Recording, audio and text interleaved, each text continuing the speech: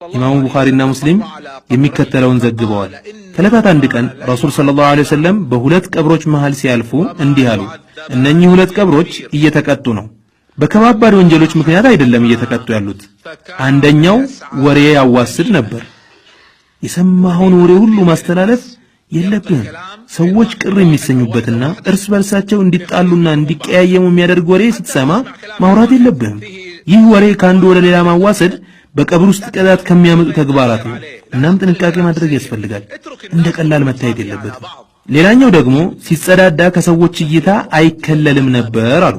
አሁን በየመንደሩና መንገዱ እንደምንመለከተው ማለት ነው። ሰዎች ሲጸዳዱ ከሌሎች እይታ ራሳቸውን አይከልሉም። ይህ ደግሞ በቀብር ውስጥ ቅጣትን ከሚያስከስቱ ነገሮች መካከል ነው። ከዚያም ረሱል ሰለላሁ ዐለይሂ ወሰለም እርጥብ የዛፍ ዝንጣፍ የወሰዱና ሁለት ቦታ በመሰንጠቅ ቀብሮቹ ላይ ተከሏቸውና እንዲህ አሉ። እስካልደረቁ ድረስ ካሉበት ቅጣት የተወሰነ ይቀንስላቸዋል አሉ። እነኚህ እንጨቶች እርጥብ ሆነው እስከሚቆዩበት ጊዜ ድረስ የተወሰነ ቅጣት ይቀንስላቸዋል ማለት ነው። በዚህ የረሱል ሰለላሁ ዐለይሂ ወሰለም ንግግር ውስጥ ዑለማዎች እንዳሉት እነኚህ ሁለት ሰዎች ሙስሊሞች እንደነበሩ ጥቆማ ተደርጓል። ምክንያቱም ካፊር ቅጣት አይቀልለትም። ሙስሊምም ቢሆን ለቀብር ቅጣት የሚዳርጉ ነገሮችን ካልተጠነቀቀ ቅጣቱ እንደሚያገኘው ጥርጥር የለውም። የቀብርን ቅጣትና ለእርሱ የሚዳርጉ ነገሮችን በማስመልከት ከተነገሩ ሁሉ እጅግ በጣም የሚደንቀውና የሚገርመው ኢማሙ ቡኻሪ የዘገቡት ሐዲስ ነው። መልእክቱን በጥሞና እንድታስተውሉና እንድታደምጡ ከወዲሁ አደራ እላለሁ። በዚህ ሐዲስ ውስጥ ረሱል ሰለላሁ ዐለይሂ ወሰለም ከገለጿቸው ሰዎችም እንዳትሆኑ ተጠንቀቁ። ሐዲሱን ያስተላለፉልን ታላቁ ሰሐቢይ ሰሙረቱ ብን ጁንዱብ እንዲህ ይላሉ። ረሱል ሰለላሁ ዐለይሂ ወሰለም አንድ ሰላት አሰግደውን ሲጨርሱ በሙሉ ፊታቸው ወደኛ ይዞራሉ። ከዚያም ማን ነው ከናንተ መካከል ህልም ያየ በማለት ይጠይቃሉ። ህልም ያየ ካለ ለእሳቸው ይነግራቸዋል። ረሱልም ማሻአላህ ጥሩ ነው ይላሉ። ህልም የሚባለው ጥሩ መልእክት ያዘለ ወይም ትክክለኛ ለመሆኑ ከአላህ የሆነ ምልክት ያለው ነው። እንደተለምዷቸው ረሱል ሰለላሁ ዐለይሂ ወሰለም ከዕለታት አንድ ቀን ህልም ያየ ማን ነው በማለት ጠየቁን። ሁሉም ዞር ዞር በማለት ተያየ፣ ግን ማንም ህልም ያየ አልነበረም። ከዚያም ህልም አላየንም ያ ረሱላህ በማለት መልስ ሰጠናቸው። እሳቸውም እኔ ግን አይቻለሁ አሉ። እንግዲህ ረሱል ሰለላሁ ዐለይሂ ወሰለም ያዩትን ህልም ሊነግሯቸው ነው። እንደምታውቁት የነቢያት ህልም ደግሞ ትክክለኛና እውነተኛ ነው። በዛሬዋ ሌሊት ሁለት ሰዎችን ወደ እኔ ሲመጡ በህልሜ አይቻለሁ። ሁለቱም እጆቼን ያዙኝና ወደ ቅድስቷ ምድር ይዘውኝ ወጡ። እዚያም አንደኛው የተቀመጠ ሌላኛው የቆመ ሲሆን ሁለት ሰዎችን አገኘን። የቆመው በእጁ ከብረት የሆነ መንጠቆ መሰል ነገር ይዟል። ያንኛው ደግሞ በጀርባው ተንጋሎ ተኝቷል። ይህ በእጁ መንጠቆ የያዘው ሰውዬ በጀርባው ተንጋለለው ሰውዬ አፍ ውስጥ የያዘውን መንጠቆ ይከትበታል። ከዚያም የሰውየውን አፍ እስከ ጭንቅላቱ ጫፍ ድረስ ይተረትረዋል። በሌላኛው አቅጣጫ ወይም ጉንጩ ይመጣና በዚህም በኩል እንዲሁ እስከ ጭንቅላቱ ጫፍ ድረስ ይተረትረዋል። የመጀመሪያው እንደነበረ ይመለሳል። በዚህ መልኩ አንዱን ይተረትርና ወደ ሌላኛው ይሄዳል። ከዚያም እሱን ተርትሮ ወደ መጀመሪያው ይመለስና ይተረትረዋል። በእንዲህ አይነት ሁኔታ በተደጋጋሚ አፉን እየተረተረ እስከ ቂያማ ድረስ ያለማቋረጥ ያሰቃየዋል። ምንድነው ይሄ ብዬ ጠየቅኩኝ። እነዚያ ሁለት ሰዎች ወደፊት ሂድ አሉኝ። ጉዟችንን ቀጠልን። ከዚያም አንድ በማጅራቱ ደገፍ ብሎ የተጋደመ ሰው ዘንድ ደረስን። ሌላው ሰውዬ ደግሞ በተጋደመው ሰው ጭንቅላት ጫፍ ቆሟል። በእጁ ቋጥኝ ድንጋይ ይዟል። በዚያ ድንጋይ የተጋደመውን ሰውዬ ጭንቅላት ይፈጠፍጠዋል። አንድ ጊዜ ሲመታው ጭንቅላቱ ብትንትን ይላል፣ ድንጋዩ ይንከባለላል። በዚህም ጊዜ ቆሞ ሲመታው የነበረው ሰውዬ ድንጋዩን ሊያመጣ ይሄዳል። እሱ ድንጋዩን ይዞ ሲመለስ የዛንኛው ጭንቅላት እንደነበረ ይመለሳል። በድጋሚ በድንጋዩ ጭንቅላቱን ይፈጠፍጠዋል።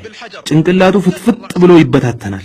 በዚህ መልኩ በተደጋጋሚ ጭንቅላቱን በመፈጥፈጥ እስከ ቂያማ ድረስ ያሰቃየዋል። ማን ነው ይሄስ ብዬ ጠየቅኩኝ። እነዚያ ሁለት ሰዎች አሁንም ወደፊት ሂድ አሉኝ። ጉዟችንን ቀጠልን። ከዚያም አንድ ትልቅ ጉድጓድ ያለበት ቦታ ደረስን። ከላይ አፉ ጠባብና ስሩ ሰፊ የሆነ ጉድጓድ። ከጉድጓዱ ስር እሳት ይቀጣጠላል። እሳቱ ወደ ጉድጓዱ ዘልቆ ሲገባ በውስጡ ያሉ ወንዶችና ሴቶች ከእሳቱ ለማምለጥ ይተረማመሳሉ። እንደምንም ታግለው ከጉድጓዱ አፋፍ ላይ ደርሰው ለመውጣት ሲሞክሩ እሳቲቷ ወደ ነበረችበት ሁኔታ ትመለሳለች። ወደ ጉድጓዱ መዝለቁን ታቆማለች። እነሱም ወደ ጉድጓዱ ውስጥ ለመመለስ ይገደዳሉ። በድጋሚ እሳቲቷ ትመጣና ታቃጥላቸዋለች። እነሱም ከሷ ለማምለጥ ይሸሻሉ። ከጉድጓዱ አፋፍ ላይ ደርሰው ለመውጣት ይቃረባሉ። የተወሰነ ከለበለበቻቸው በኋላ እሳቲቷ ወደ ነበረችበት ሁኔታ ትመለሳለች። በዚህ አይነት ሁኔታ እስከ ቂያማ ድረስ ይቆያሉ። አላህ ከእንዲህ አይነቱ ይሰውራል። ምንድነው ይሄስ ብዬ ጠየቅኩኝ። እነዚያ ሁለት ሰዎች ወደፊት ሂድ አሉኝ። ጉዟችንን ቀጠልን። ከዚያም ከደም የሆነ ወንዝ ያለበት ስፍራ ደረስን። በወንዙ ዳርቻ ላይ አንድ ሰው ቆሟል። ሌላ ሰው ደግሞ በዚያ በደም ወንዝ ውስጥ ይዋኛል። እየዋኘ ወደ ዳር ሲደርስ ለመውጣት ይፈልጋል። ያ በወንዙ ዳርቻ ላይ የቆመው ሰውዬ ድንጋይ ያነሳና የሚዋኘው ሰውዬ ወደ ዳር ከመውጣቱ በፊት አፉ ላይ በዚያ ድንጋይ ይመታዋል፣ አፉን ያቆስለዋል። ሰውየው መልሶ ወደ ደም ወንዝ ይገባና መዋኘቱን ይቀጥላል። በተደጋጋሚ ወደ ዳር በመምጣት ሊወጣ ቢሞክርም በድንጋይ አፉ ላይ የመታ እንዲመለስ ያደርገዋል። በዚህ መልክ እስከ ቂያማ ድረስ ይሰቃያል። ምንድነው ይሄስ ብዬ ጠየቅኩኝ። እነዚያ ሁለት ሰዎች አሁንም ወደፊት ሂድ አሉኝ። ጉዟችንን ቀጠልን። ከዚያም አረንጓዴ ጨፌ ያለበት ቦታ ደረስን። በጨፌው መሃል ትልቅ ዛፍ አለ። በዛፉ ግንድ ስር ደግሞ አንድ ሽማግሌና ሕፃናት አሉ። አንድ ሰው ደግሞ ከዛፉ በቅርብ ርቀት ላይ አለ። ከዚህ ሰው ፊት እሳት አለ። እሱ ይህን እሳት በደንብ እንዲቀጣጠል እያደረገ እያነደደ ነው። ሁለቱ ሰዎች እዚያ ትልቅ ዛፍ ላይ ይዘውኝ ወጡ። ከዚያም አንድ በጣም የሚያምር ቤት ውስጥ አስገቡኝ። እንደዚያ የሚያምር ቆንጆ ቤት አይቻላውቅም። በዚያ ቤት ውስጥ አዛውንቶች፣ ጎልማሶች፣ ወጣቶች፣ ሕፃናትና ሴቶችም አሉ። ከዚያም ከዚህ ቤት አስወጡኝና እዛፉ ላይ ይዘውኝ ወጡ። ከመጀመሪያው ያማረና እጅግ በጣም ቆንጆ ቤት ውስጥ አስገቡኝ። በዚህም ቤት ውስጥ አዛውንቶች፣ ጎልማሶች፣ ወጣቶች፣ ሕፃናትና ሴቶችም አሉ። ከዚያም የዛሬውን ሌሊት መቼም አዞራችሁኝ፣ ስላየሁት ነገር ምንነት ንገሩኛ አልኳቸው። እነሱም ጥሩ፣ ያየኸውን ነገር ምንነት እናወጋሃለን አሉኝ። ከዚያም እንዲህ አሉኝ፣ ያ አፉን እየተሰነጠቀ እስከ ቂያማ ድረስ የሚሰቃየው ሰው ውሸታም ሰው ነው። ሲያወራ ውሸት የሚያወራ ነው። እሱ የዋሸው ወሬ አንዱ ለአንዱ ሊያስተላልፈውና ሲቀባበለው የሱ ውሸት ዓለምን ከዳር እስከ ዳር ያዳረሰ ነበር። ጭንቅላቱ ሲፈጠፈጥ የተመለከትከው ደግሞ አላህ Subhanahu Wa Ta'ala ቁርአንን ያሳወቀው ያስተማረው ሰው ነው። ሌሊት አይሰግድበትም፣ ይተኛል። በቀንም አይሰራበትም፣ አይተገብረውም። በጉድጓድ ውስጥ ያያቸው ወንዶችና ሴቶች ዝሙተኞች ናቸው። በደም ወንዝ ውስጥ ሲዋኝ የተመለከትከው ደግሞ ወለድ የሚበላ ሰው ነው። በትልቁ ዛፍ ስር ያየኸው ሽማግሌ ነቢ ኢብራሂም ናቸው። እሳት ሲያቀጣጥል የተመለከትከው የእሳት ተወካዩ መልአኩ ማሊክ ነው። የመጀመሪያው ቤት ደግሞ የሰፊው ምእመን መኖሪያ ነው። ሁለተኛው ቤት ደግሞ የሸሂዶች መኖሪያ ነው። እኔ ጅብሪል ነኝ፣ ይህ ደግሞ ሚካኤል ነው። ከጭንቅላትህ ቀና በል አሉኝ። ጭንቅላቴን ቀና ሳደርግ ዙሪያዬ ልክ እንደ ዳመና ሩቅ ቦታ ሆኖ አገኘሁት። እነሱም ይህ ደግሞ ያንተ መኖሪያ ነው አሉኝ። እኔም እንግዳውስ ተውኝ መኖሪያዬ ልግባ አልኳቸው። ከእድሜህ የተወሰነ ያልጨረስከው አለ፣ ብትጨርስ ኖሮ መኖሪያ ትገባ ነበር አሉኝ። እስቲ ምንድነው ከእንዲህ አይነቱ ቅጣት ሊያደን የሚችል? አቢ ሰለማ ከአቢ ሁረይራ ባስተላለፉት ሐዲስ ረሱል ሰለላሁ ዐለይሂ ወሰለም እንዲህ ብለዋል። ይህ ሐዲስ ስለዚህ ጉዳይ ዝርዝር ማብራሪያ ይሰጠናል። ሐዲሱን በርካታ የሐዲስ ዘጋቢዎች ዘግበውታል። የሞተ ሰዎች እሱን ቀብረው በሚመለሱ ጊዜ የቀባሪዎቹን የጫማ ኮቴ ይሰማል። ሟቹ ሙእሚን ከሆነ ሲሰግደው የነበረው ሰላት ከራስጌው፣ ጾሙ የነበረው ጾም ከበስተቀኙ፣ የመጸወተው ምጽዋት ከበስተግራው፣ እውነተኝነቱ፣ ዝምድና ቀጣይነቱ፣ መልካምነቱ፣ ለሰዎች በጎ መዋሉ በግርጌው በኩል ይጠብቁታል። የተለያዩ ቅጣቶች ወደ እርሱ ሲመጡ በጭንቅላቱ አቅጣጫ ሲመጣ ሰላት በዚህ በኩል መግቢያ የላችሁም ትላለች። በስተቀኙ ሲመጣም ጾም በኔ በኩል መግቢያ የለም ይላል። በስተግራው ሲመጣም ዘካ በኔ በኩል መግቢያ አታገኙም ይላል። በስተግርጌውም ሲመጣ የተለያዩ የኸይር ስራዎቹ በእኛ በኩል ፈጽሞ መግቢያ አታገኙም ይላሉ። ይህ ነው እንግዲህ ከቀብር ቅጣት ሊያድን የሚችለው። እናም እነኚህን ነገሮች በብዛት መስራቱ ነው የሚያዋጣው። ንግግሬን የማሳረገው አንዳንድ ምክሮችን በማቅረብ ይሆናል። እነኚህ ምክሮች የተላለፉት ከታላላቅ ጻድቃን የአላህ ባሮች ነው።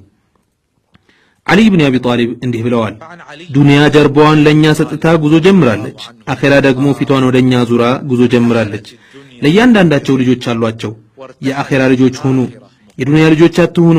ዛሬ ስራ ብቻ ነው፣ ቁጥጥር ኦዲት የለም። ነገ ደግሞ ቁጥጥር ኦዲት እንጂ ስራ የለም። ቡኻሪ ዘግበውታል። በኢማሙ ቁርጡቢ የምክር ጥንቅር ውስጥ የሚከተለው ተዘግቧል። አንተ ተላላ ስለ ሞትና ጣረሞት ስለ መራራውና አስቸጋሪው ጽዋው አስተንትን፣ አስብ። የሞት ቀጠሮ ምን አይነት እውነተኛ ቀጠሮ ነው? ፍርዱስ ምን አይነት ፍትሃዊ ፍርድ ነው? ሞት ለቀልቦች ባስደንጋጭነቱ ለዓይኖችም ባስለቃሽነቱ በቂ ነው። ለተሰበሰቡት በበታኝነቱ በጥፍጥና ቆራጭነቱ በምኞት አሰናካይነቱ ተወዳዳሪ የለውም። ለመሆኑ አንተ የሰው ልጅ ሆይ ስላወዳደቅህና ካለህበት ቦታ ስለመዘዋወርህ አስበህ አስተንትነህ ታውቃለህን? ከሰፊውና ከተንጣለለው መኖሪያ ወደ ጠባቡና አስጨናቂ ወደ ሆነው ስትዘዋወር ጓደኛ ዘመድ ወዳጆች ሁሉ ሲከዱህ ወንድምህ ሚስጥረኛህ ሲያኮርፍህ ከሚደላው ፍራሽህ ከሚለሰልሰው አንሶላና ብርድ ልብስህ ውስጥ ወደ ትቢያ አቧራ ስትወሰድ ከዚያ ድሎት መኝታህ በአፈርና በጭቃ ሲመርጉህ እስቲሰበው አንተ ንብረት ሰብሳቢ ሆይ አንተ በግንባታ ሥራ የተወጠርክ ሆይ ወላሂ ከዚህ ሁሉ ንብረቶች ውስጥ አንዲት ከፈን ብቻ ነች ያንተ። እሷም ብትሆን ከቆይታ በኋላ ጠፊ ናት። ገላህም ቢሆን የአፈርና የምስጥ ቀለብ ነው። እስቲ የታለ ያ የሰበሰብከው ንብረትህ ከዚህ አስከፊና አስፈሪ ክስተት አድኖሃልን? በፍጹም እንደውም ለማያመሰግንህ ነው ትተኸው የመጣኸው። አንተ ግን ምክንያት ወደማይቀበልህ ከነጭቅቅትህ ከነወንጀልህ ነው የመጣኸው። ታላቁ ሰሐቢ አቢ ደርዳ ደግሞ የሚከተለውን ምክር አስተላልፈውልናል። 3 ነገሮች ያስቁኛል፣ ሌሎች 3 ነገሮች ደግሞ ያስለቅሱኛል። 3ቱ ያሳቁኝ ነገሮች ሞት እያሳደደው ዱንያን የሚመኝ ሰው፣ ያልተዘነጋ እሱ ግን ስንጉ የሆነ ሰው። እሱ በስሜቱና በፍላጎት ውስጥ በመፈንጨት ራሱን ረስቷል፣ የተፈጠረለትን ዓላማ ዘንግቷል። በዘፈን በጭፈራ በዝሙት በሐሺሽ ተዘናግቷል። አላህ ግን እርሱን የሚዘነጋው ወይም የሚረሳው አይደለም። 3ኛው ያሳቀኝ አላህ ወዶለታል ወይስ ተቆጥቶበታል ሳያውቅ በሙሉ አፉ ከት ብሎ የሚስቅ ሰው ነው። 3ቱ ደግሞ የሚያስለቅሱኝ የመጀመሪያው ወዳጆቼን ሙሐመድና ጓደኞቹን መለያየቴ ነው። ሁለተኛው በጣረሞት ላይ ያለ አስጨናቂ